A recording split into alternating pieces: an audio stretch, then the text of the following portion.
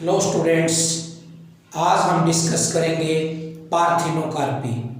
Last time हम discuss कर रहे थे, आप सभी को पता है इस चैप्टर के अंदर जो सीड बना, फिर फ्रूट बना, और फिर फ्रूट के हमने टाइप की थी। कौन कौन से थे? True fruit, false fruit and parthenocarpic fruit. तो उस पार्थिनोकार्पिक फ्रूट वाले टॉपिक को ही हम थोड़ा सा और एक्सटेंड करेंगे in the form of parthenocarpy. ये वही फिनोमिना है जो हमें सीडलेस फ्रूट देने में मदद करता है। तो डिस्कस करते हैं पार्थिनोकार्पी। ये मैंने लिखा हुआ है हेडिंग पार्थिनोकार्पी। द फिनोमिना, एक ऐसा फिनोमिना, द फिनोमिनन या process which help in development of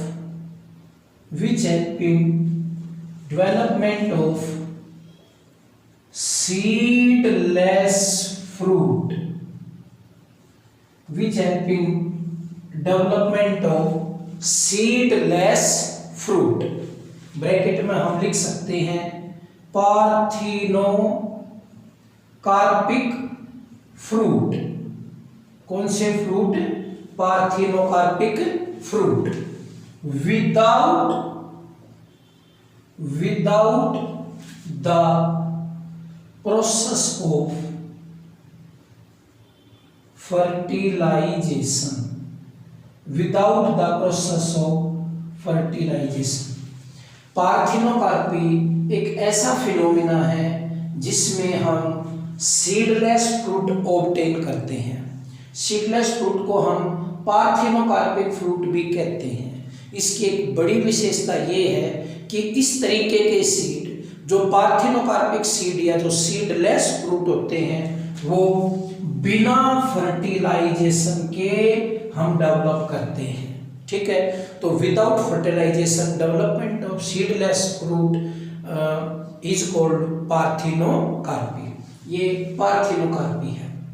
ये जो पार्थिनोकार्पी है ये मुख्यतः दो किस्म की होती है, टाइप्स ऑफ पार्थिनोकार्पी। एक नेचुरल पार्थिनोकार्पी और दूसरी है आर्टिफिशियल पार्थिनोकार्पी, और दूसरी है हमारी आर्टिफिशियल पार्थिनोकार्पी। देखो, ये पार्थिनोकार्पी है। एक और टर्म इससे मिलती जुलती है, पार्थिनोजेनेसिस। आप इसमें और उसमें डिफरेंस करके चलेंगे। नेचुरल पार्थिनोकार्पी क्या होता है? यानी कि जब हम सीडलेस फ्रूट डेवलप करते हैं नेचुरली, तो वो नेचुरल पार्थिनोकार्पी कहलाएगी। यानी कि विदाउट इंटरफेरेंस या एफर्ट्स ऑफ ह्यूमन, बिना ह्यूमन के इंटरफेरेंस और उसके एफर्ट्स के बिना अपने आप पार्थिनोकार्पिक फ्रूट डेवलप हों, तो उसको हम नेचुरल पार्थिनोकार्पी कहेंगे। इन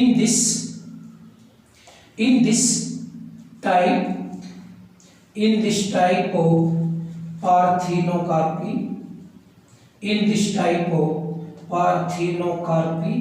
इस तरीके की पार्थिनोकार्पी में development of seedless fruit takes place naturally. कैसे? नेचुरली। और इसमें मैं ब्रैकेट में लिख देता हूं, नेचुरली में कई बार हमें पार्थिनोकार्पिक जो फ्रूट डेवलप करने के लिए पोलिनेशन के रूप में स्टिमुलस देना पड़ता है, और कई बार बिना स्टिमुलस दिए ही पार्थिनोकार्पिक फ्रूट डेवलप हो जाता है। तो नेचुरली ये लिख देता हूं, विद और विदाउट स्टिमुलस, बिना किसी स्टिमुलस के या स्टिमुलस के साथ, दोनों कंडीशन है इसमें। कई केस में स्टिमुलस देना भी पड़ जाता है और कई केस में बिना किसी स्टिमुलस के पार्थिनोकार्पिक फ्रूट डेवलप हो जाते हैं। तो पार्थिनोकार्पिक फ्रूट का मतलब सीडलेस फ्रूट। तो इस कंडीशन को हम क्या कहेंगे, नेचुरल पार्थिनोकार्पी। नेचुरली अगर सीडलेस फ्रूट डेवलप हो विद और विदाउट स्टिमुलस, विद और विदाउट स्टिमुलस ऑफ, आप पोलिनेशन भी कह सकते हैं कि पोलिनेशन के स्टिमुलस के बिना या पोलिनेशन के स्टिमुलस के साथ अगर हम सीडलेस फ्रूट डेवलप कर सकें वो भी नेचुरली, तो उसको हम आप समझ सकते हैं नेचुरल पार्थिनोकार्पी कहेंगे। अब ये जो नेचुरल पार्थिनोकार्पी है ये दो किस्म की है, दो टाइप की है। आप अपने आप ये अंदाजा लगाने में सक्षम हैं कि एक नेचुरल पार्थिनोकार्पी में तो स्टिमुलस दिया जाएगा पोलिनेशन का, और दूसरी नेचुरल पार्थिनोकार्पी के अंदर बिना स्टिमुलस के ही सीडलेस फ्रूट डेवलप हो सकते हैं। तो जो नेचुरल पार्थिनोकार्पी है, natural parthenocarpy is of two types. Parthenocarpy is of two types. ये दो किस्म की है। Number A vegetative, vegetative natural parthenocarpy, parthenocarpy. इसमें क्या होगा, here development of, here development of seedless fruit, seedless fruit, here development of seedless fruit takes place, seedless fruit takes place without, ये underline करके लिखना है, without stimulus of pollination, without stimulus of pollination। अगर बिना pollination के, stimulus के बिना अगर हम सीडलेस फ्रूट डेवलप करने में कामयाब हो जाते हैं, नेचुरली हो जाते हैं, तो उसको वेजिटेटिव नेचुरल पार्थिनोकार्पी कहेंगे। एग्जाम्पल है पियर, क्या एग्जाम्पल है, जैसे आप पियर के केस में ऐसा देखते हैं। अब एक बात और यहाँ पर समझने की है, यहाँ स्टिमुलस नहीं दिया जाने लग रहा है पोलिनेशन का। तो आपसे कोई पूछे क्या ये भी बिना फर्टिलाइजेशन के डेवलप होंगे, तो आपको बताना है जब पोलिनेशन ही नहीं होने लग रही तो फर्टिलाइजेशन का तो सवाल ही नहीं है। यानी कि यहाँ पर नेचुरल तरीके से पियर के अंदर बिना पोलिनेशन के स्टिमुलस के बगैर ही सीडलेस फ्रूट डेवलप होने लग रही है। अगर स्टिमुलस की जरूरत पड़ेगी तो फिर उसको हम वेजिटेटिव की बजाय स्टिमुलेटिव नेचुरल पार्थिनोकार्पी कहेंगे।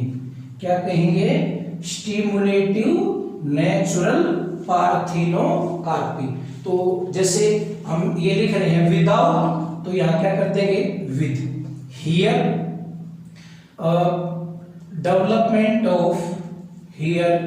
Development of seedless fruit takes place, बिना बीज के फल पैदा होते हैं विद द, वहां क्या था, without, with the stimulus of pollination, with the stimulus of pollination. हाँ, पोलिनेशन के स्टिमुलस के बगैर ऐसा नहीं होगा, लेकिन फर्टिलाइजेशन यहाँ पर भी नहीं होगी। With the stimulus of pollination but without fertilization, without fertilisation.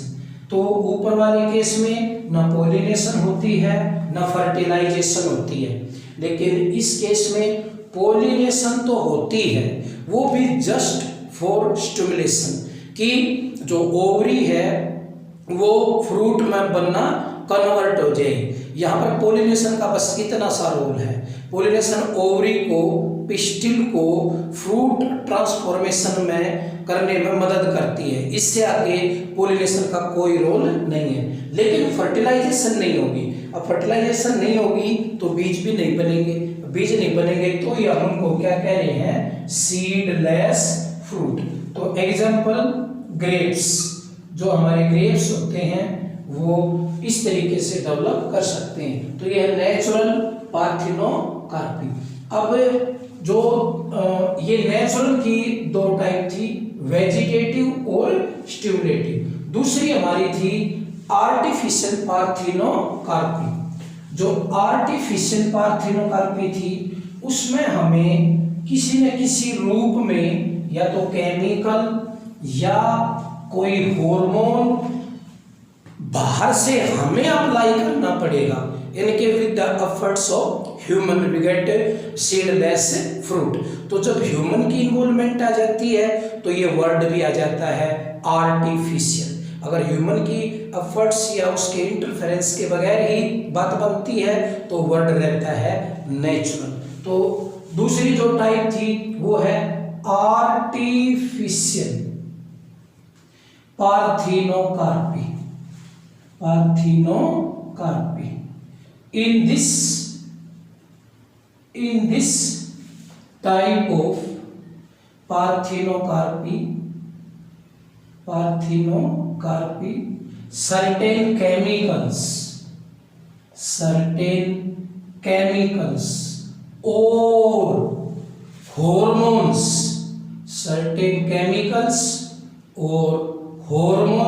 are used to develop क्या, used to develop seedless fruit।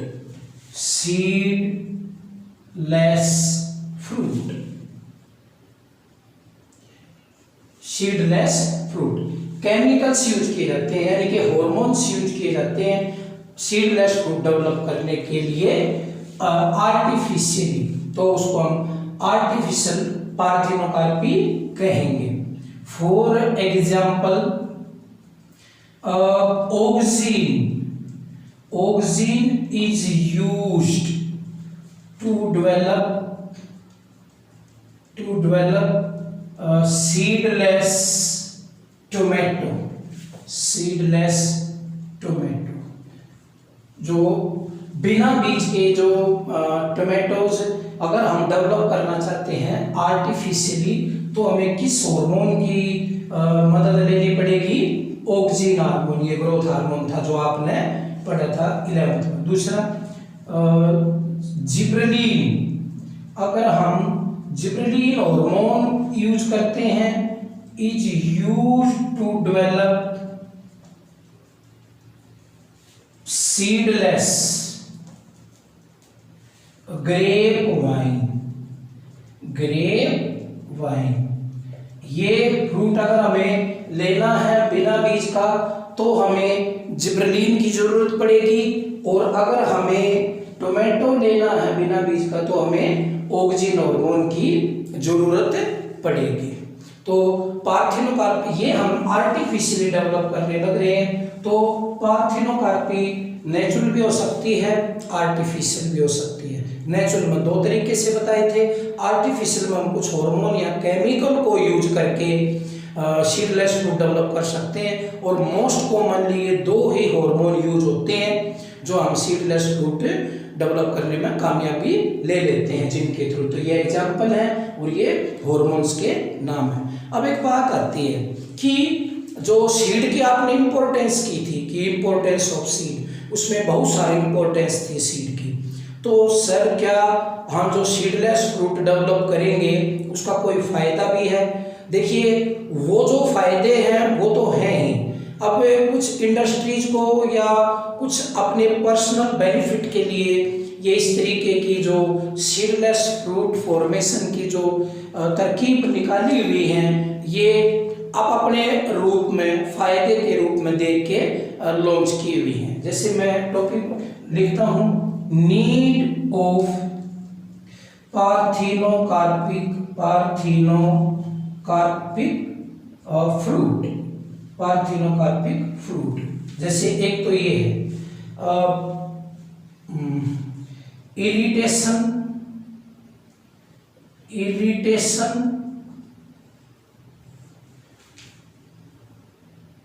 Bye, ऐसे लिख देते हैं, ऐसे सीड कोज irritation during eating.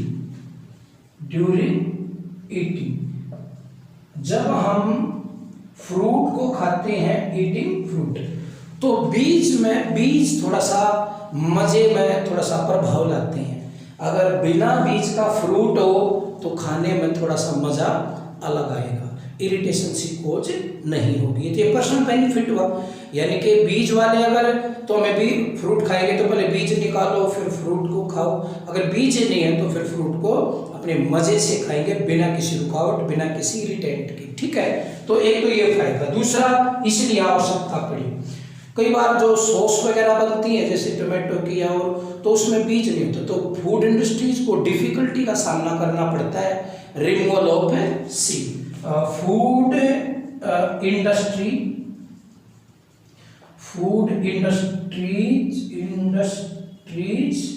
Face difficulty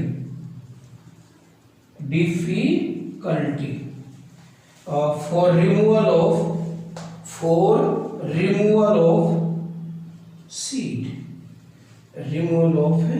seed. तो जो फूड इंडस्ट्री है उनको भी थोड़ी बहुत असुविधा होती है जब वो फ्रूट से बीज निकालते हैं। अगर उनको फ्रूट बिना ही बीज के अगर वो पास हो उनके पास, तो वो बहुत आसानी से जो प्रोसेस्ड जो फ्रूट जो आइटम्स बनाते हैं, जैम वगैरह, ये कुछ सॉस वगैरह, तो वो आसानी से बना सकते हैं। तो ये कुछ नीड है जो हमें पार्थिनोकार्पिक फ्रूट के रूप में पूरी होती है। तो ये था हमारा एक छोटा सा टॉपिक पार्थिनोकार्प। अब इसके बाद हमारा नेक्स्ट जो टॉपिक है वो है एपोमिक्सिस एंड पॉली एम्ब्रियोनी।